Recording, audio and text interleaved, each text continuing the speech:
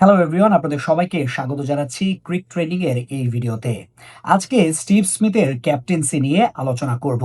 Steve Smith পরপর ২ টেস্টে অস্ট্রেলিয়াকে Ashes series ২০২৫-এ জিতিয়েছেন। প্রথম টেস্টেও তিনি স্ট্যান্ডিং ক্যাপ্টেন হিসেবে দায়িত্ব পালন করেছেন প্যাট কামিন্স ইনজুর থাকার কারণে। যদিও প্যাট কামিন্সের দ্বিতীয় টেস্টে ব্যাক করার কথা ছিল, কিন্তু তিনি পুরোপুরি ফিট না হওয়ায় দ্বিতীয় টেস্টেও খেলতে পারেননি এবং স্মিথ স্ট্যান্ডিং ক্যাপ্টেন হিসেবে দায়িত্ব পালন করেছেন।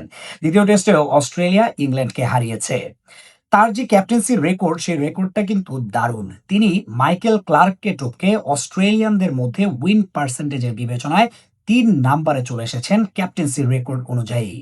প্রথমে স্টিভ ওয়া, তিনি ৭টা ম্যাচে দায়িত্ব পালন করেছেন এবং সেই জায়গায় ৫১টি টেস্টে জয়লাভ করেছে। পরবর্তীতে দ্বিতীয় নাম্বারে আছেন রিকি পন্টিং। ৭৭টা টেস্টে তিনি দায়িত্ব পালন করেছেন এবং তার নেতৃত্বাধীন অস্ট্রেলিয়া ৪৮টা ম্যাচে উইন করেছে। মাইকেল ক্লার্ক, তাকে টপকেছে স্টিভ স্মিথ। এবং পার্সেন্টেজটা যদি একটু বলি, স্টিভ ওয়ার উইন পার্সেন্টেজ হচ্ছে 71% এবং রিকি পন্টিং এর 62%। পরবর্তীতেই ৩ নাম্বারে স্টিভ স্মিথ ৫৯%, মাইকেল ক্লার্কের 51%।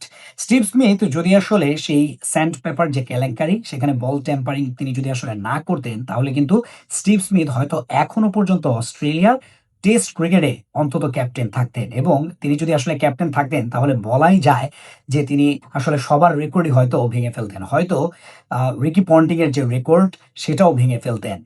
বাট দুর্ভাগ্য স্টিভ স্মিথের জন্য। কিন্তু স্টিভ স্মিথ আসলে আবারও যখন দায়িত্ব পাবেন স্ট্যান্ডিং ক্যাপ্টেন হিসেবে অস্ট্রেলিয়ার হয়ে ক্যাপ্টেন্সি করার, তখন কিন্তু আসলে অস্ট্রেলিয়া ডেফিনেটলি উইন অথবা ড্র করবে। দারুণ একটা স্ট্যাট আমরা জানলাম স্টিভ স্মিথ সম্পর্কে। স্টিভ স্মিথ হয়তো বা সামনে খুব বেশি দিন খেলবেন না, বাট যখনই আসলে সুযোগ পাবেন ক্যাপ্টেন হিসেবে অস্ট্রেলিয়া দলকে নেতৃত্ব দেওয়ার, তখন কিন্তু আসলে ডেফিনেটলি তিনি অস্ট্রেলিয়াকে আবারও হয়তো জিতাবেন কিংবা ড্র করাবেন। বাট ম্যাচ হারানোর দিক দিয়ে স্টিভ স্মিথকে এখন পর্যন্ত কেউ পরাস্ত করতে পারেনি।